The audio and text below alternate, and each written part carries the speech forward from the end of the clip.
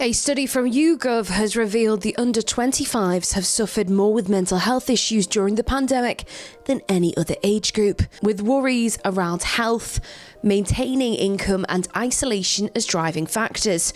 Now, with the UK facing a second wave, there's concerns of a deeper mental health crisis at hand. I think one of the big difficulties in relation to trying to get your head around what's happening is the fact there have been so many changes.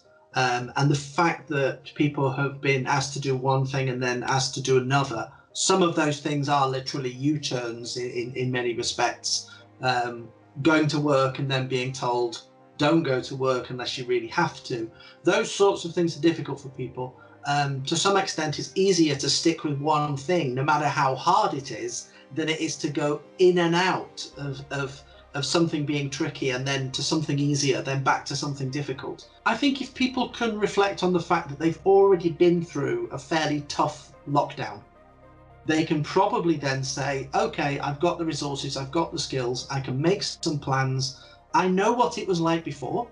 It might get like that again. It might not be as difficult this time round, but at least we know that many people do have the resources and the skills to be able to get through it. And that kind of resilience, we know that most of us have got that. And for the people who do struggle with it, at least knowing how they felt before might allow them to be able to think about how they will cope with it this time. So sometimes for some people, it's not saying I did it once and I can do it again. For others, it might be I struggled, but I learned from that struggle, and now I know where to seek help if it's difficult for me. So I think we may be better off than the first time around, but it isn't going to be easy.